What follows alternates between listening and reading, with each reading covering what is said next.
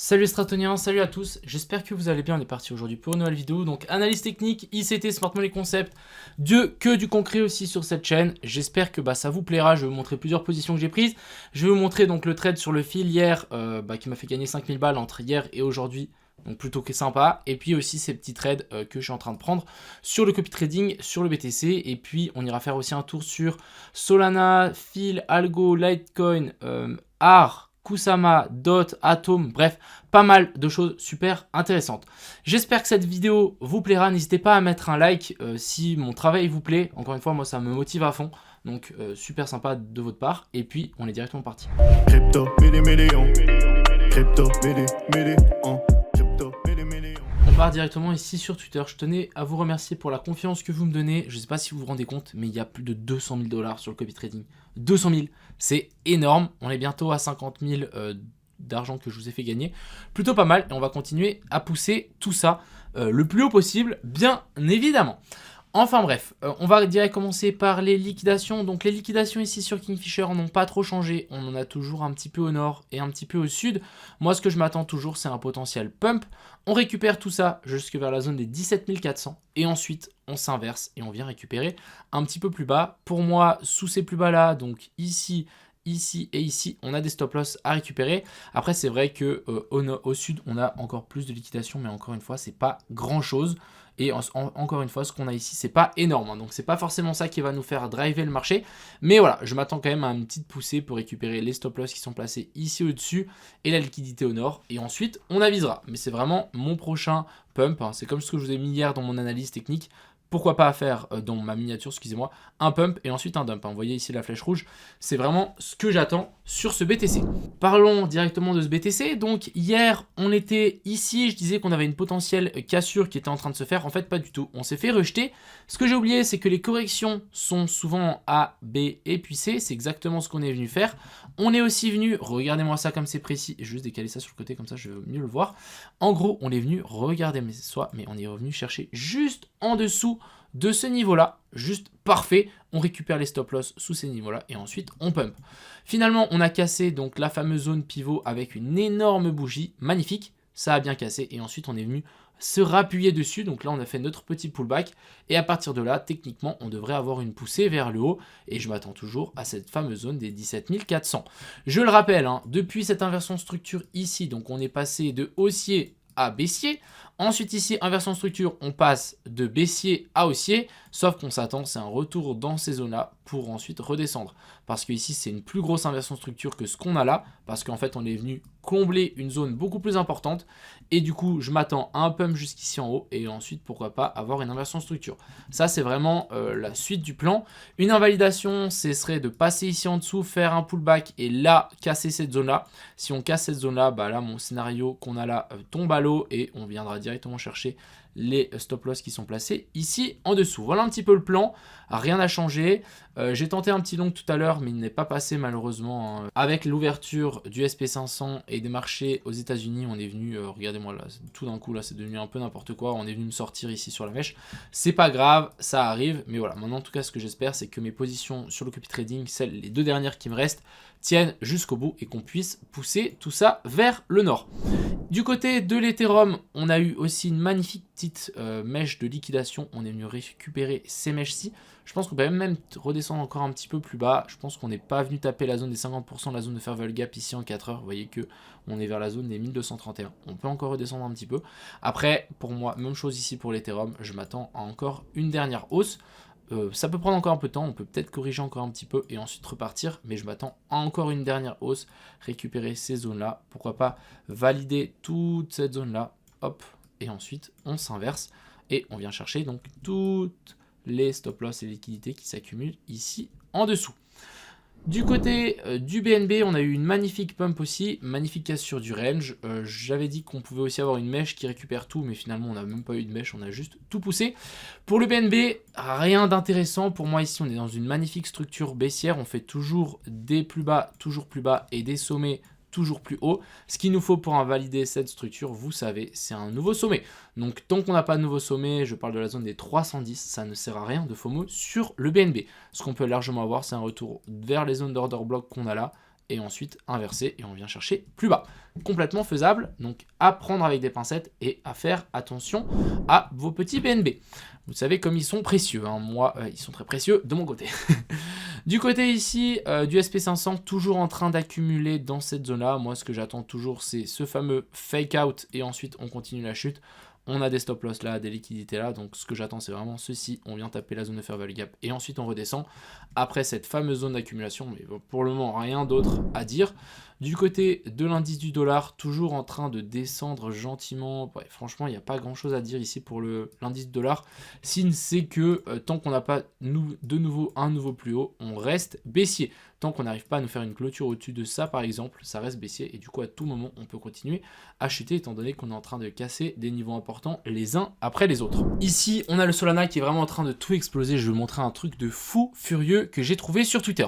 Donc ici on a Crypto ISO qui nous montre qu'il y a 1,4 milliard, hein. Je ne sais pas si vous vous rendez compte les gars, 1,4 milliard de longs sur le Solana.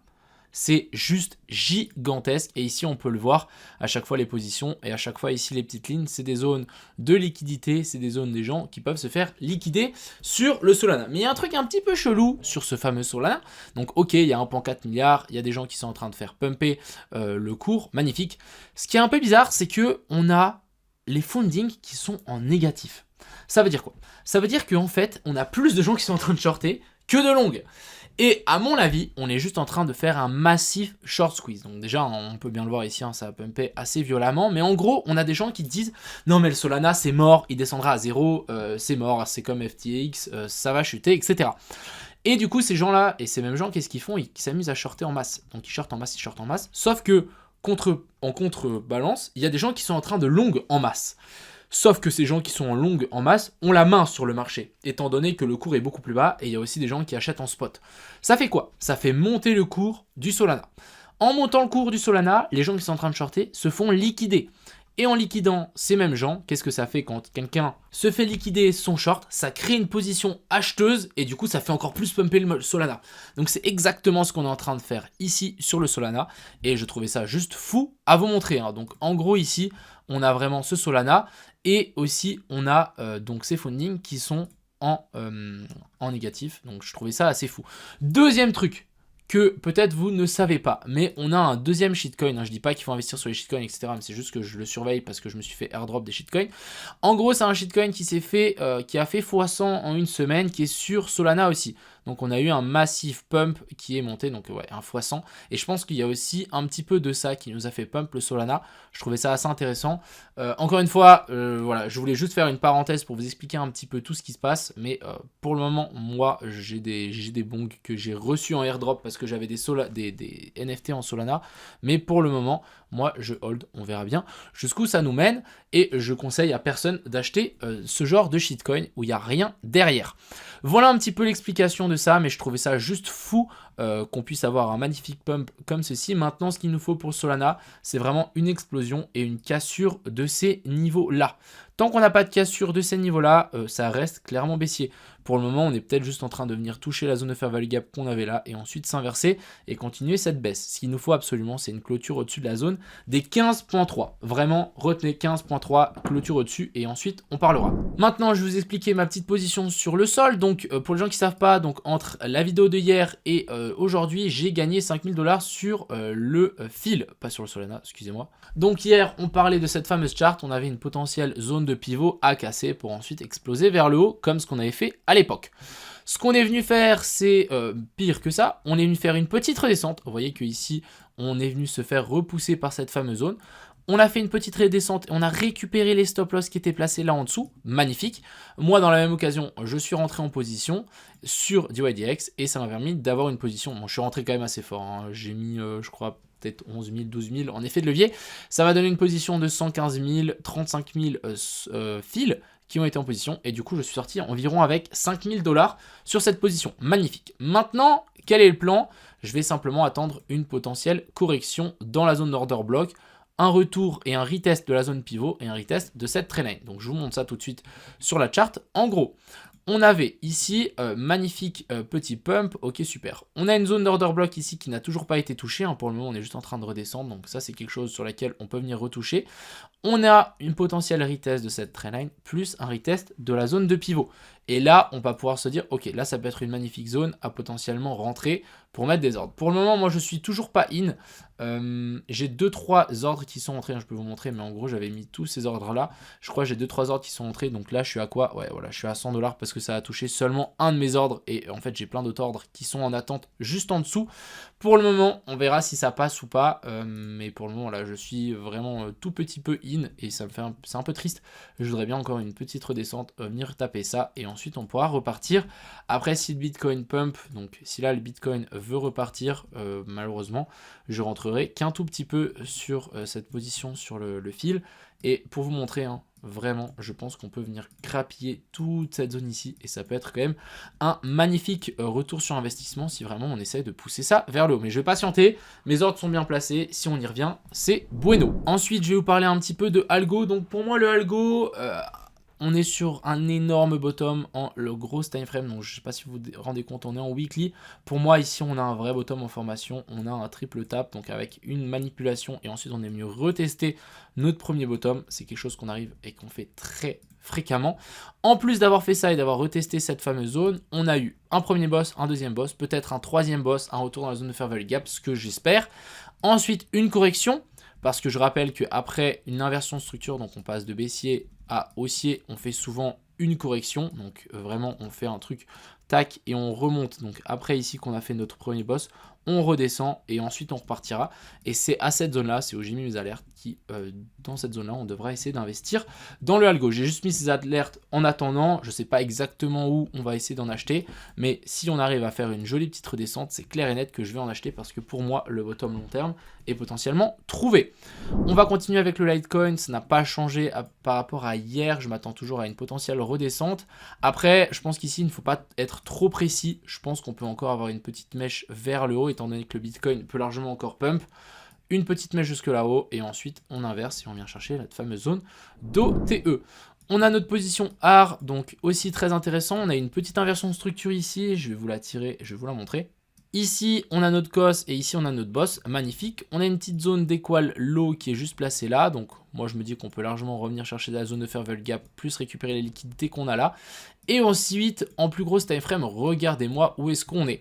On est sous ces deux bottoms. Donc, on est sous ce plus bas là, sous ce plus bas là. Donc, si on arrive à réintégrer ce fameux range et à pousser vers le haut, on pourra avoir un magnifique pump, donc de 18%, ici on a 18%, qui peut vraiment, à mon avis, valoir la peine. C'est presque un trade donné, donc déjà, si on arrive à récupérer la zone de fair value gap là, avec un stop loss là, et on target ça, là, on peut avoir quelque chose de très bien sur le AR, donc à surveiller, c'est pour ça que je vous le montre aussi. On a le Kusama, je vous ai montré hier, hein, mais bon, lui, il est parti sans nous, clairement, hein, voilà, j'ai rien à dire par rapport à ça, mais voilà, voilà, on avait ça, petite zone de liquidité ici, mais voilà, on est directement venu taper. Le TP, on n'a pas trop attendu. Du côté du DOT, on a une magnifique inversion de structure aussi qui s'est formée au daily, juste propre, hein. Regardez, on a un COS et un boss, magnifique. Maintenant, ce qu'on peut s'attendre, c'est un retour dans la zone de fair value gap qu'on a ici. On vient de retester cette fameuse zone et ensuite pourquoi pas repartir, mais là on a vraiment quelque chose de très puissant sur le DOT. Et personnellement, si vous voulez acheter du DOT, concentrez-vous sur cette position ici vers la zone des 4.4 à 4.45. Et pour finir, on a le Atom qui ressemble énormément au Algo. Donc on est venu premièrement faire un premier bottom ici, ensuite manipulation en dessous et on est venu retester cette fameuse zone. Donc là je suis à deux doigts aussi de dire qu'on est sur un bottom long terme si on arrive à nous faire une clôture au-dessus de ce fameux boss. On nous fait une clôture au-dessus de ça, on attend la correction dans la zone OTE, une zone de fair value gap, une zone EPOI, vous commencez à connaître. Jusqu'ici, on rentre sur ces niveaux-là, stop loss sous ce plus bas là, et je pense que là, on pourra largement target ces sommets. On a presque un x2 à prendre, donc des magnifiques trades à mettre en place. Donc vraiment, les gars, on a des choses extrêmement intéressantes sur ces crypto-monnaies et ces alts. Prenez le temps d'un petit peu de checker, on a vraiment des trucs super intéressants. Et puis n'oubliez pas de placer vos ordres. Et après, il faut prier pour que vos ordres soient pris comme avec le fil, hein, parce que sinon, je vais me mordre les doigts, ça va m'énerver si mes ordres ne sont pas pris. Et si droit derrière, on décolle. Hein. C'est un petit peu ce qu'on est en train de faire. Ça m'énerve déjà. Enfin bref, je vous souhaite à tous une agréable soirée. J'espère que cette vidéo vous a plu. Passez une excellente soirée une deuxième fois. Et puis, c'était Crypto Millions. À plus!